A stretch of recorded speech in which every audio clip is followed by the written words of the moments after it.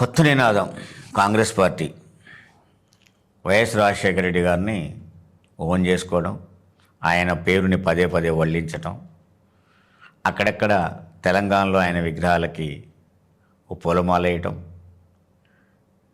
ఆంధ్రాకి వెళ్ళేమో ముఖ్యమంత్రి కొంతమంది మంత్రులు ఉపన్యాసం వేయడం, రాజశేఖర రెడ్డి గారిని మహోన్నతుడని ఒక మంత్రి గారైతే మాట్లాడుతూ గతంలో ముఖ్యమంత్రులందరిలో కూడా 10 సంవత్సరాల తర్వాత కూడా ప్రజలు గుర్తుంచుకొని అభిమానిస్తున్న నాయకుడు వైఎస్ఆర్ అని పొగిడారు. ఇది నిజం కూడా. కానీ అదే సమయంలో వాళ్ళని నేను ఒక ప్రశ్న వేయదలుచుకున్నాను.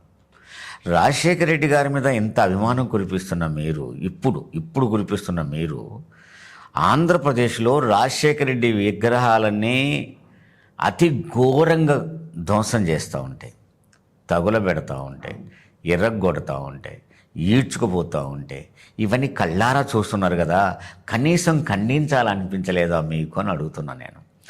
ఇక్కడున్న రేవంత్ రెడ్డి గారు ప్రపంచంలో అందరి అభిమానులు ఆయనతోనే ఉన్నట్టుగా మొత్తం నేను వస్తా, నేను చేస్తా అని చెప్పిన ఆయనకి అక్కడ విగ్రహాలను కూలగొడుతున్నప్పుడు ఇది తప్పు మీరు చేస్తున్నది అని ఎందుకు ఖండించలేకపోయాడు ఇక్కడున్న ముఖ్యమంత్రి, ఇక్కడున్న మంత్రులు? ఎందుకని అంటే అక్కడ కాంగ్రెస్ పార్టీ ఉంటుంది, ఇక్కడ కాంగ్రెస్ పార్టీ ఉంటుంది. ఈరోజు రాజశేఖర రెడ్డి గారిని పెద్దగా అభిమానించినట్టు చెప్పారు. ఇప్పుడు కూడా జరుగుతున్నాయి రాజశేఖర రెడ్డి గారి విగ్రహాలని ధ్వంసం చేస్తున్నది.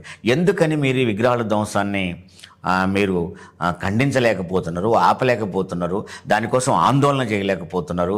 ఎందుకని ఆ ప్రభుత్వాన్ని తప్పట్లేకపోతున్నాడు?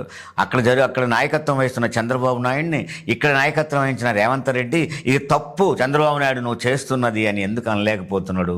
అది నిజంగా రాజశేఖర గారి మీద అభిమానమా, లేకపోతే ఇది మరొక రాజకీయ కుట్ర అని ప్రజలలో అనుమానం ఉంది. దీన్ని ఇప్పటికైనా సరే కాంగ్రెస్ పార్టీ తీవ్రంగా ఖండించాలి.